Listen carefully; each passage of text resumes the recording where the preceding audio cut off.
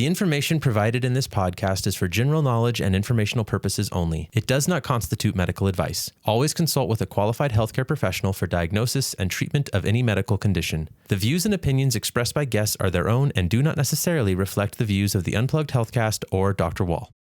We were taught not to be afraid of illness, but to overcome illness. You got to stop the fear.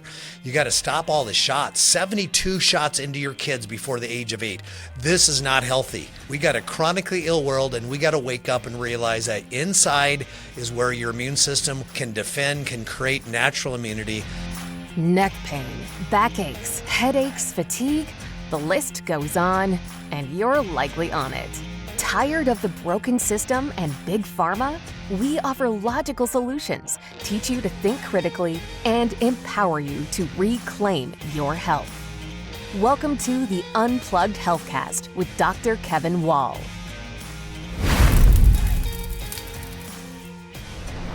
Welcome back to the Unplugged Healthcast. I am your host, Dr. Kevin Wall. Often you have said and you have heard, gosh, I caught the flu. Man, I came down with a cold yesterday. Oh, I have an infection. Today our topic is, it's okay to get sick. See, that may sound contradictory to maybe what you have been told or believe, but today we're going to unpack the concept. In fact, getting sick, I believe, is the pathway to actually becoming healthy for a lifetime. But there is definitely a difference between getting sick and being sick. And so today on the Unplugged Healthcast, we're going to unplug you from that confusion. And a lot of misinformation has led you down a pathway that makes you very phobic of viruses and bacteria and getting sick. So today, though, to unpack this, I have invited back Dr. Jenny Bush. Dr. Jenny Bush is the founder of the Flower Child Method, which is a platform online educational place where people can find ways to raise healthy children. She is the clinic director and owner of one of our AFC physical medicine centers up in North Phoenix in the Desert Ridge area. Dr. Jenny, welcome back to the show. Thank you for having me. I'm really excited to be here and talk about this topic. Yes, this is a conversation I know you have had with a lot of patients, as I have over 35 years. And there is a lot of confusion. People at times kind of wear their sickness a little bit like a label, or they just get stuck in it. Do you believe there's any truth to being sick as actually a pathway to becoming healthy? 100%. If your immune system isn't developing over time, then you're never going to get past that point to where your body can fight things, especially like stronger viruses that we're seeing every day. So you have to get sick to get healthy. Yeah, that's a strange concept, but it is true. So let us explain to you how that works and why that is true. In fact, for you to really understand this, you have to know a little bit more about your body, what your body's doing, what your body's saying, and some of the symptoms that you think are abnormal, we would probably tell you are normal. So before we go down, we're going to look at the symptoms that the average person deals with when they're having a flu or a cold or infection. But the overriding principle that's going to really set into this podcast is that your body is smarter than you are. You have got to stop thinking that it doesn't know what it's doing. In fact, everything it's doing, every symptom, every reaction that your body has is one of many things trying to help you survive. It's trying to help you thrive. It's trying to defend you. It's trying to repair you. It's trying to get you out of a bad place. So, Dr. Jenny, as we look at these symptoms that everyone deals with, let's look at each one of them and let's break them down and kind of what the body is saying to the individual when they have such things like a runny nose. What does a runny nose really even mean? Well, a runny nose means that your body is physically trying to get something out of it that it doesn't like. So it's increasing the mucus to fight a pathogen that you came in contact with. I really want to point out, though, is you can't outrun your health or even the immune system or all the illnesses that you come in contact with. They're projecting that over 100 million viruses, fungi, or bacteria you come in contact with every day. So a runny nose in general, though, is your body's just filter system, right? Like if we had a house, which we often do, I do, you do, you have a filter up in the ceiling, and how often do you change that? We change our filter every month. Every month. And that's what's happening often when your nose is running, is your body is cleaning out the filter that you have. It's a natural thing, right? It's a normal thing. It is a normal thing, 100%. Okay. So now if by chance those pathogens start building up into those mucous membranes, such things occur like sneezing. What is a sneeze all about? Well, a sneeze is just a more powerful, let's say, runny nose. It's where your body is trying to project it out of you instead of just dripping with a runny nose. Now, if that happens to get a little further and you maybe get down into your throat, then often we start to notice a cough show up. That's got to be bad, isn't it? No, coughs are good. As long as you cover yourself, when you're coughing. Yes, of course. But yeah, a cough is where your body is trying to loosen up the mucosal lining in your respiratory tract, which is your lungs, right? And it's also increasing the vibration to loosen it up again and get rid of it. It's all trying to expel. Wow, crazy. These are normal things. Okay, now the keeps going. It happens to get a little further. It goes down into the stomach area, and now you're feeling a little nauseous. Is this bad? No, nausea is a good thing. It more than likely your pH in your stomach has changed due to the mucosal lining attacking something. So you could have gotten more acidic due to a virus or bacteria or fungi that you came in contact with. But that's a normal, healthy response. The body's trying to go more into that lower pH to kill everything. And then, of course, at some point, things get a little crazier, and all of a sudden, what went down is coming back up. Vomiting. This has got to be bad. No, this is great. It's expelling it just like a sneeze. It's pushing it out. All right. And then, of course, if it happens to go further, we end up in the intestinal tract, and now we may get some diarrhea. Yep.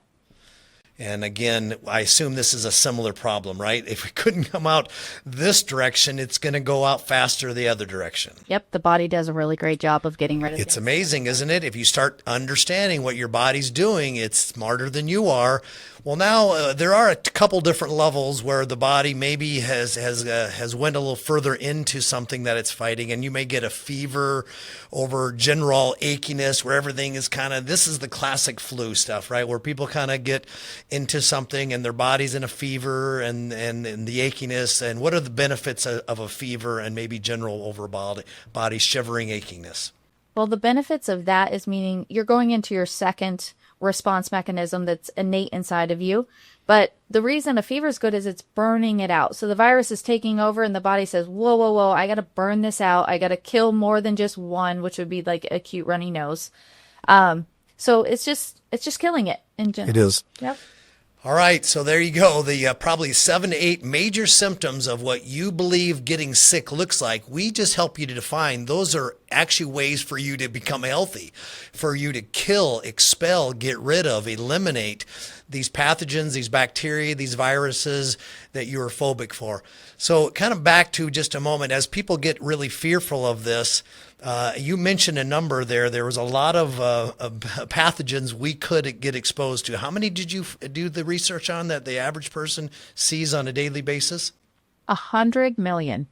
100 million viruses, bacteria, all of it combined? And yep, pathogens. Pathogens. Maybe explain what a pathogen is, because maybe someone doesn't know what we're trying to tell them. It's something that's either bacteria related, fungus related, or viral related that the body does not want inside of it. Most of the time I'm asked questions about a fever. When should you take a medication, or when should you try to drop it, or when should you go to the hospital? Rule of thumb, anything over 105 is scary. You can get up to 103 before you want to start dropping it. That's rule of thumb. But you can use peppermint oil on your feet, a little bit behind your ears, Epsom salt bath that's lukewarm.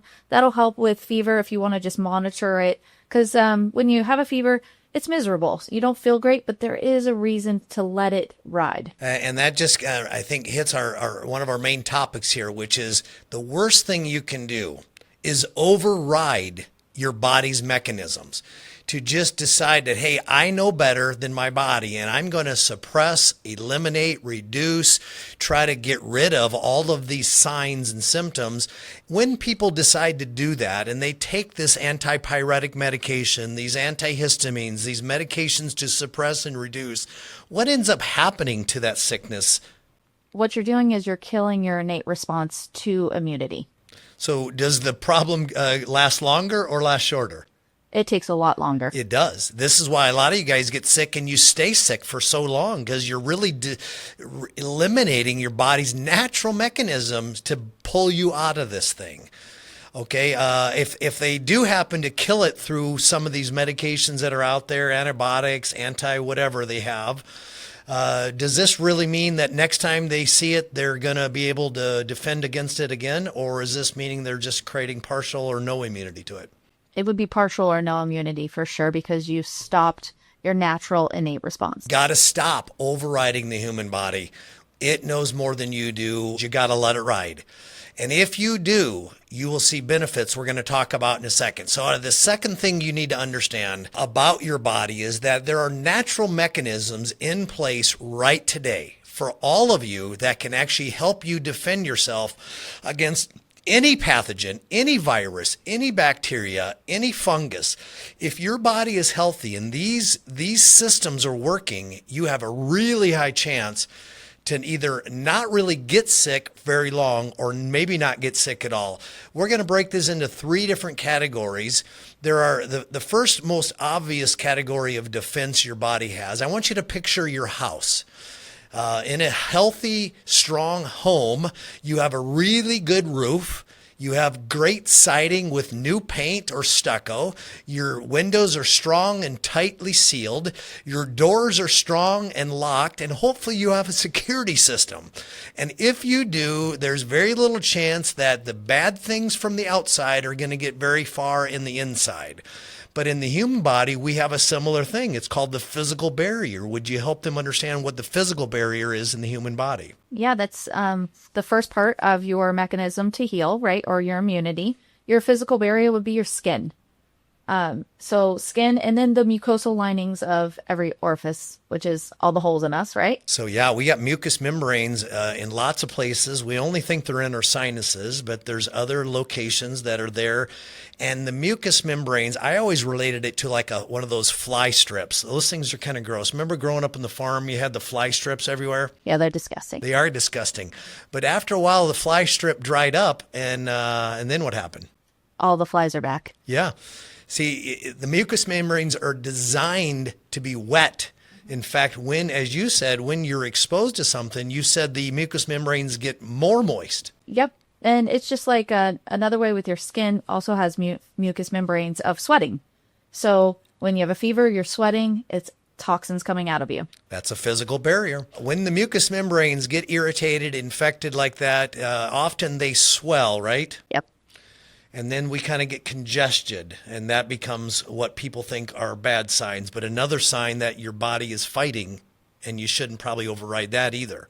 No, congestion's healthy and normal when you are fighting something. Chronic congestion is not. But let's go to the second level of defense, because sometimes the physical barrier is penetrated. Maybe the physical barrier is worn down or broken down. Maybe you haven't repaired your roof lately and your doors and windows are a little ajar. But if they get into the second area, there's still another line of defense. What do we call that?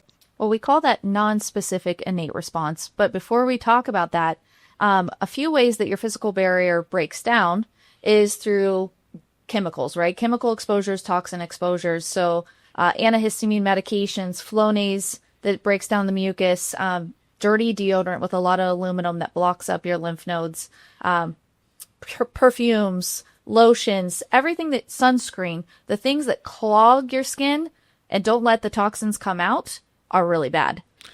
So you're saying that the physical barrier can be injured by some of these things that we're doing every day. And that you're told you're supposed to do. Oh, that's a painful one. Pain holding you back? AFC Physical Medicine and Chiropractic Centers of Phoenix have real solutions to get your life back.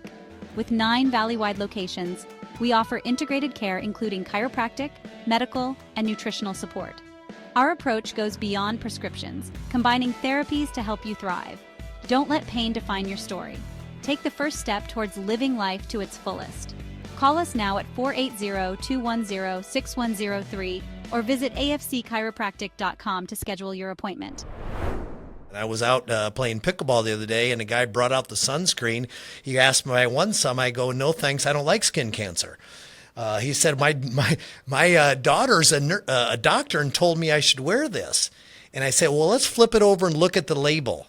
And on the label of the sunscreen, there was about 15 words that he couldn't even pronunciate.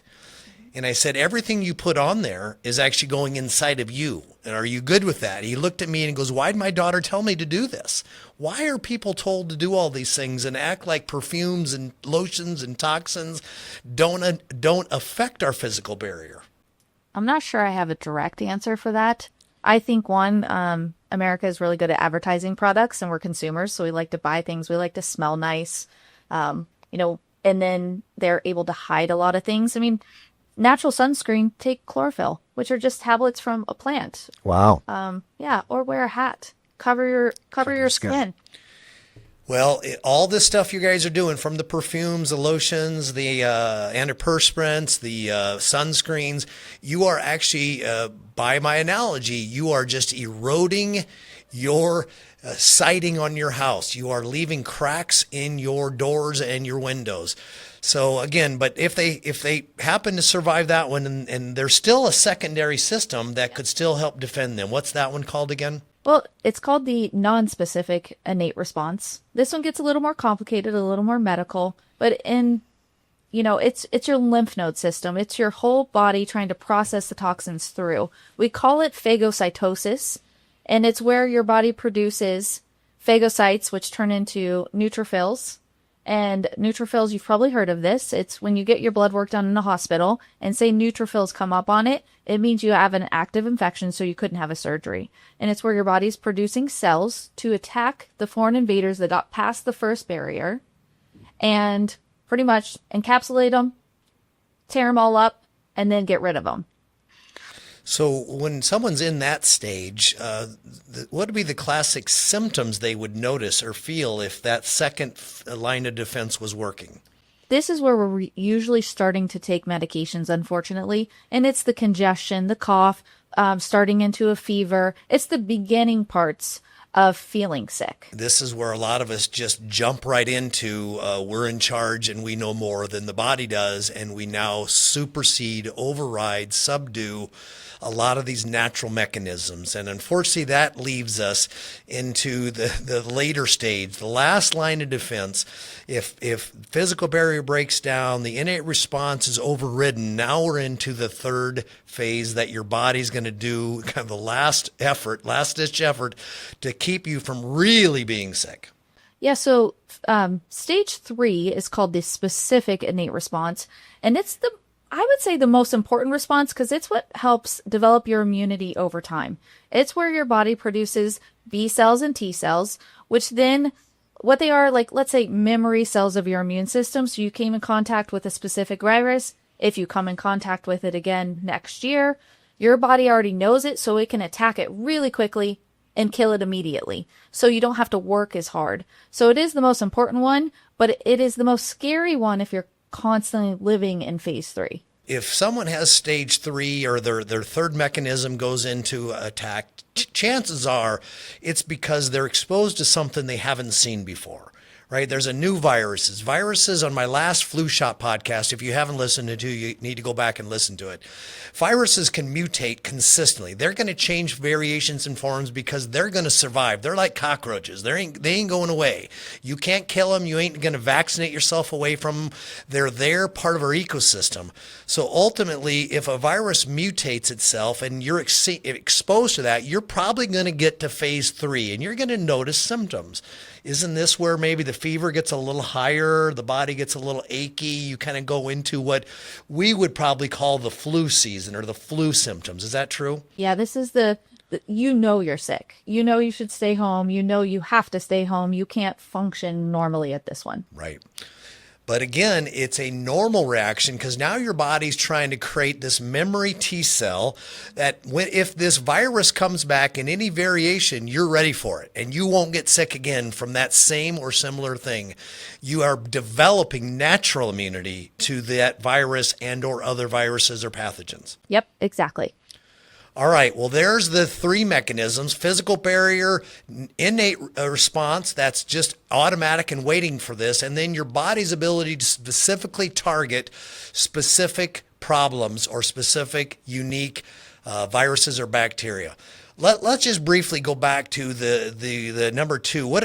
We talked about what erodes physical barrier, but what are the things people are doing to kind of make number two go bad? I think you mentioned taking medications is probably the thing that they start to do that make number two not effective. I think what I hear the most is when people are starting to get sick, they'll either say, "Oh, I think I'm having allergies," and they start to take an antihistamine. Oh man, let's talk about that for a second, because an histamine, people don't realize a histamine is a normal thing. It's a good thing. It's a really good thing. Yeah. Unless you have too much. Unless you've taken too much histamine, and that kind of creates this autoimmune reaction that you're going to talk about here in a second. But if we're on antihistamines, aren't we already reducing our body's ability to fight? Yeah, that's what your T cells do. Right. The histamine response. So if you're on antihistamines or you're taking antihistamines, you're taking cough suppressants, sneezing suppressants, fever suppressants, all these things are just eliminating the second phase. And actually they're really starting to almost hamper the third phase. What's the worst thing they can do to stop the third phase from occurring? Once again, take more medications and then or not rest. I mean, that's a big one, is like just pushing your body to the limit. Right.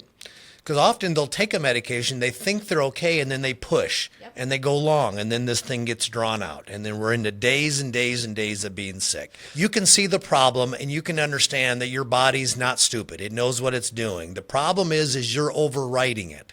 So there are three signs that you can look for to determine if you really are just getting sick or you are being sick. The difference is, first off, when you just get sick, then you only get sick for a couple of days. If your three defense mechanisms are working correctly, up to about 2 days, your body will go through this whole cycle and you will typically have it defeated within 2 days. Is this true? Yeah, 2 to 3. We always say rule of thumb is 48 to 72 hours to fully be back to normal. I know if I get sick, which isn't very often, it's typically 2 days. I just gut it out. I deal with it. It does get a little uncomfortable. I do get a little feverish. I do cough. I do sneeze. I do have the runny nose. I look like a mess. But in 2 days, I'm back. I've almost, in 35 years of practice, I can't say I've ever missed more than maybe 1 day a year in practice due to a sickness. So 72 hours, that's our limit. Yep, and for kids, it's like 12 hours to 24 hours because their immune system's so powerful at the beginning. So, all right, so if you're sick, first rule, if you're sick for 3 days or less, you're fine. Okay, if you get sick, in my world, it's every 3 to 5 years. I'll run into something I've not seen. I've seen this with healthy patients. Every 3 to 5 years, they'll see something they haven't seen, their body will get sick.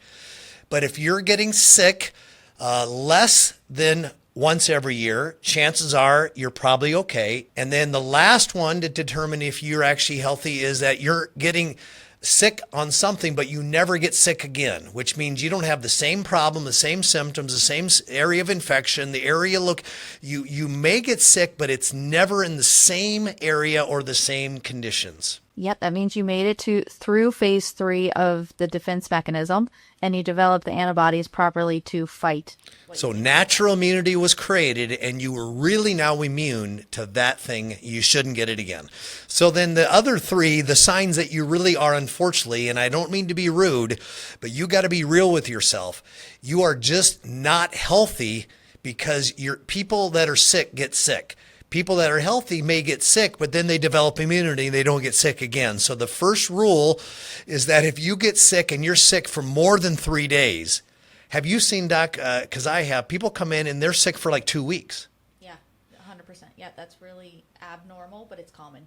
There it is. And there's a difference between common and abnormal. Mm-hmm. Like a heart disease is common, but it's surely not normal, right?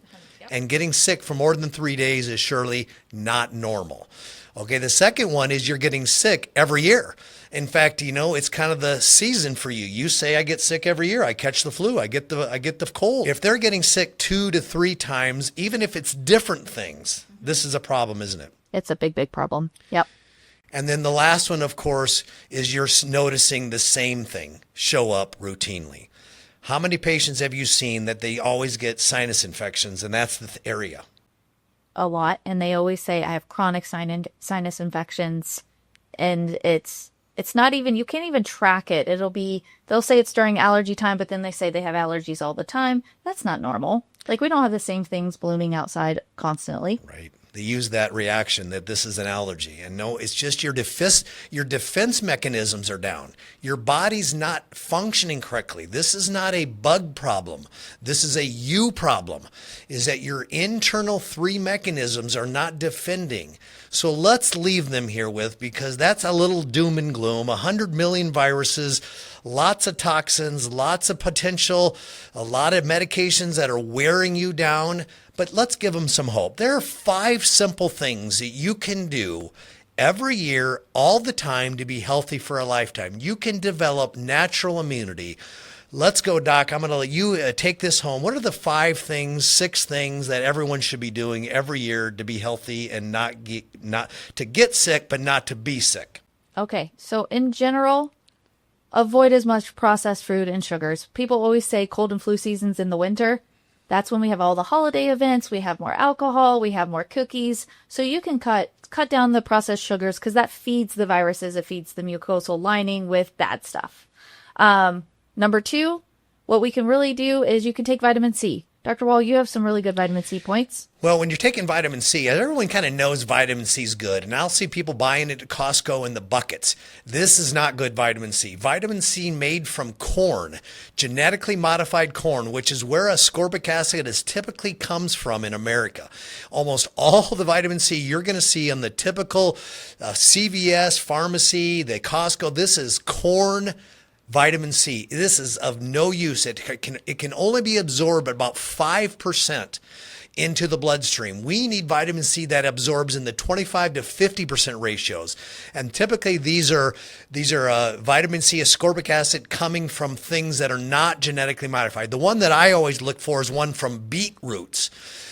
From vegetables that you can get ascorbic acid. There are multiple out there, but they can't be. You have to find organic vegetable sources of ascorbic acid. There you go. Perfect. Another one is stop taking medications every day, even when you're not feeling symptoms. So if your doctor tells you to take an antihistamine daily to avoid symptoms, you're blocking your innate response. You need to question that. That is weird. That's not right. Your body has to go through that innate response because you're going to come in contact with over, they say, 100 million viruses, bacteria, and fungus every day. Yeah, and you got to be on defense. You got to realize every day is a bit of a health battle.